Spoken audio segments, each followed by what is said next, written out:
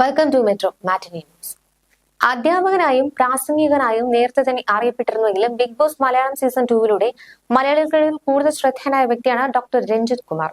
Big ബോസിൽ നിന്നും പുറത്തു വന്നതിനു ശേഷം ഏതാനും സിനിമകളിലും താരം അഭിനയിച്ചു കഴിഞ്ഞു. ഇപ്പോഴത്തെ രണ്ടാം വിവാഹം അടക്കമുള്ള തന്റെ വ്യക്തിപരമായ കാര്യങ്ങളെക്കുറിച്ച് കൂടുതൽ കാര്യങ്ങൾ തുറന്നു പറഞ്ഞ് രംഗത്ത് വന്നിരിക്കുകയാണ് അദ്ദേഹം. ഒരു മാധ്യമത്തിന് നൽകിയ പ്രത്യേക അഭിമുഖത്തിൽ സംസാരിക്കുകയായിരുന്നു. ഇനിയൊരു വിവാഹ ജീവിതം തനിക്കുണ്ടാവില്ല. കഴിഞ്ഞ 17 വർഷം കൊണ്ട് താൻ ശുദ്ധീകരിച്ചെടുത്ത കുറച്ച് നല്ല അറിവുള്ള നല്ല ഗുണനിലവാരത്തിലുള്ള പ്രവർത്തനങ്ങൾ കാഴ്ചവെച്ച ജീനുകൾ തന്നെയാണ് എന്റെ ബീജത്തിലുള്ളതെന്ന് എനിക്ക് മനസ്സിലാകും. എന്നാൽ ഞാൻ മാത്രം വിചാരിച്ചാൽ എന്റേതായി ഒരു കുഞ്ഞ് ഉണ്ടാകില്ലല്ലോ. ഞാനത് നിക്ഷേപിക്കാനായി ഒരു സ്ഥലം കണ്ടെത്തണം.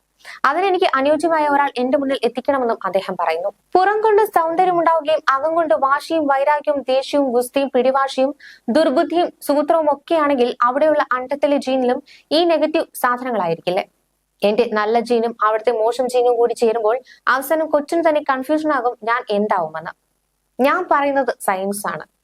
എന്റെ കണക്കുകൂട്ടൽ അനുസരിച്ച് കഴിഞ്ഞ 10 വർഷം കൊണ്ട് 75% ആളുകൾക്കും അധർമ്മം ബാധിച്ചു കഴിഞ്ഞു. നല്ല പുരുഷന്മാരും നല്ല സ്ത്രീകളുമുണ്ട്. എന്നാൽ അവർ 25% പേർ മാത്രമാണ്. ആ സാഹചര്യത്തിൽ ഒരു സൃഷ്ടി ഏറ്റവും നല്ല ഗുണനിലവാരത്തിൽ വരണമെങ്കിൽ അത് ഏറ്റവും നല്ല സ്ഥലത്ത് നിക്ഷേപിക്കണം. അത് കണ്ടെത്താൻ നടന്ന സമയം കളയാൻ എനിക്ക് താല്പര്യമില്ല. ബിഗ് ബോസിൽ ഞാൻ പരസ്യമായി പറഞ്ഞിട്ടുള്ള ഒരു കാര്യമുണ്ട്. എനിക്കിനി ഒരു കുഞ്ഞുണ്ടായി ആ കുഞ്ഞ് 10ാം ക്ലാസ്സിൽ പഠിക്കുകയും അവന്റെ PTA മീറ്റിങ്ങിന് ഞാൻ പോവുകയും ചെയ്യുമ്പോൾ പിള്ളേർ അവനോട് പറയും നിന്റെ അപ്പൂപ്പൻ വന്നിട്ടുണ്ടല്ലേ എന്ന്. എന്തിനാണ് ആ കുഞ്ഞിനെ മനപ്രയാസത്തിലാക്കുന്നതെന്നും രഞ്ജിത്ത് കുമാർ പറയുന്നു. ഒരുപാട് കൈപ്പേറിയ ജീവിതാനുഭവങ്ങൾ എനിക്ക് ഉണ്ടായിട്ടുണ്ട്. അതുകൊണ്ട് തന്നെ ഇനിയൊരു സ്ത്രീയെ കൂടെ കൊണ്ടുവന്ന് അതിന് എന്തെങ്കിലും ദോഷം വന്ന വിഷമമാകും. ജാതകദോഷം എന്നൊക്കെ പറഞ്ഞ സംഗതികളുണ്ടല്ലോ. ഒരു തവണ കല്യാണം കഴിച്ചതിന്റെ അനുഭവമുണ്ട്. ഞാനൊരു ചൂടുവെള്ളത്തിൽ വീണ പൂച്ചയാണ്. വീണ്ടും ഒരാളെ കൊണ്ടുവരികയും അതിനെന്തെങ്കിലും സംഭവിച്ചാൽ അതൊരു മനപ്രയാസമായി മാറും. അപ്പോൾ അങ്ങനെയൊന്നും വേണ്ട. നേരത്തെ പറഞ്ഞതുപോലെ ഞാൻ തന്നെ എന്റെ അടുത്ത തലമുറ ജനിക്കാത്ത രീതിയിൽ എല്ലാ പ്രവർത്തനങ്ങളും ആക്കി വെച്ചിട്ടുണ്ട്. ഷണ്ഠനായി ജനിക്കുന്നവരുണ്ട്, ജനങ്ങളാൽ ഷണ്ഠനാക്കപ്പെടുന്നവരുണ്ട്. ബൈബിൾ വചനം പോലെ ദൈവരാജ്യത്തെ പ്രതി സ്വയം ഷണ്ഠരാകുന്നവരുണ്ട്.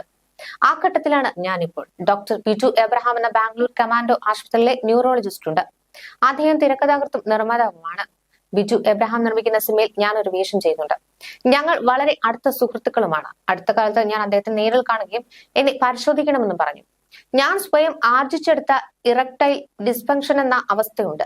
അദ്ദേഹം എന്നെ പരിശോധിക്കുകയും ചേട്ടൻ ധൈര്യമായി മുന്നോട്ട് പോയിക്കോ എന്നും അദ്ദേഹം പറഞ്ഞു. അതായത് ഞാൻ ന്യൂറൽ രീതിയിൽ ഇൻആക്റ്റീവ് ആയിരിക്കുകയാണെന്നും ഇനി ഒരിക്കലും മക്കൾ ജനിക്കില്ലെന്നും അദ്ദേഹം വ്യക്തമാക്കി. അതുകൊണ്ട് തന്നെ ഇനി യാതൊരു പേടിയുമില്ല. ഞാൻ സ്വന്തമായി എന്നെ ഷണ്ഠനാക്കിയിരിക്കുകയാണെന്നും രഞ്ജിത്ത് കുമാർ അഭിമുഖത്തിൽ പറയുന്നു.